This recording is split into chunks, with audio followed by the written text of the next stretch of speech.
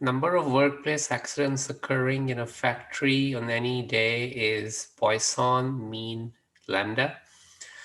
Parameter lambda is a random variable that is determined by the level of activity in the factory and is uniform on 0, 3. Calculate probability of one accident on a given day. So accidents on a given day is the main variable. Let's call it X. X is the number of accidents in a given day, and we have to find the probability of one accident. So we have to find probability X equals 1. Now, f of X given lambda equals Poisson, lambda X e to the negative lambda over X factorial. Now, if lambda was a constant, which it is in most of the Poisson variable problems that we do, then this is nothing. Probability X equals 1 is simply f of 1. But the thing over here is that lambda is variable, and therefore, actually, we have two variables running around, x and lambda.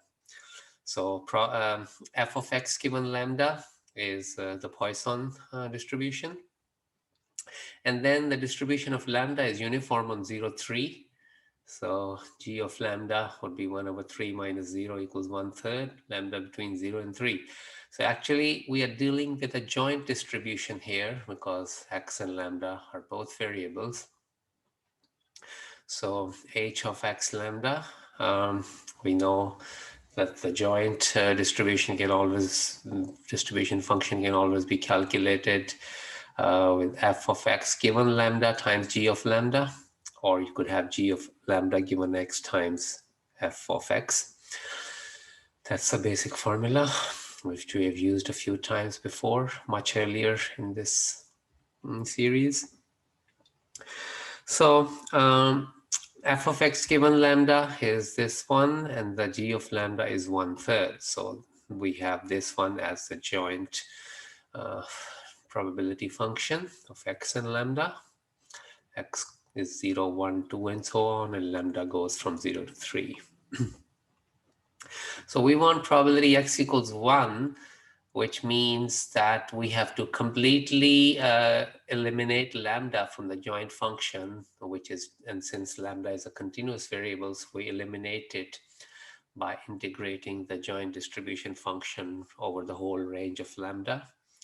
So, and x is equal to 1, so we also substitute x equal to 1. So basically, we integrate h of 1 comma lambda, since we have x equals 1, and we integrate that from the 0 to 3, which is the range of lambda.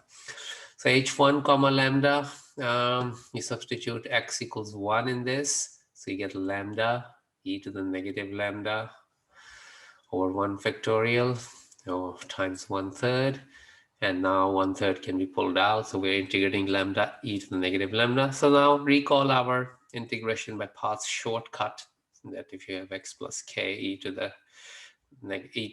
ax, that's equal to this. And k over here is 0, x is lambda. So we will have lambda e to the negative lambda, right? X e to the ax, a is -1. So let me see, this lambda doesn't quite look to be in the power to me. So let's make sure that it's in the power.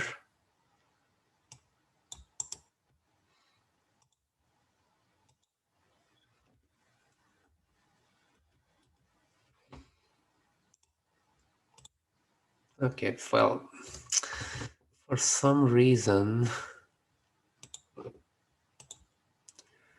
let's choose the other lambda from here.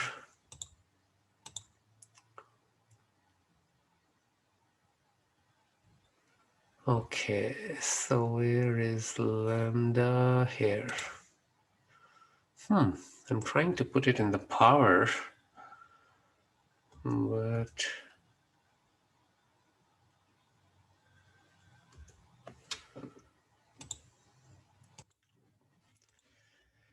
e power negative.